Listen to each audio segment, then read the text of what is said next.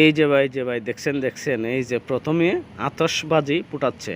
এরা হচ্ছে আপনার মালয়েশিয়ান, চায়না, ঠিক আছে। এই যে দেখেন প্রথমে আতশবাজি ফুটাচ্ছে, তারপরে এই যে দেখেন এই যে ব্যান্ড পার্টি তারা ব্যান্ড মানে বাংলাদেশের মতো না, এই দেশের সিস্টেম হচ্ছে অন্যরকম। এই যে দেখেন ওরা কীভাবে আসতেছে দেখছেন। এই যে অনেক বড় একটা ডুল, এই ডুলটা বাজাইতেছে। তারপর অনেকেরা তো করতাল মতো বড় ইয়ে আছে, এগুলো বাজাইতেছে। মানে যদি কোনো দোকান উদ্বোধন করে বা দোকানে কোনো অনুষ্ঠান করে তারা এরকমভাবে করে আর কি। দেখেন এই যে বড় বড় আলগা আলাদা করে ইয়ে পরছে, ওরা মাস্ক পরছে, পোশাক পরছে, দেখতে বিড়াল বা বাঘের মতো দেখা যায় এরকম। আর একটা বড় ওই যে চায়নার ঐতিহ্য, মাথার মধ্যে বড় একটা ইয়ে লাগাইছে। এই যে দেখেন এই যে ঢুলটা দেখেন 3-4 জন ধরে উঠাইতেছে। এটা অনেক বড় একটা ঢুল।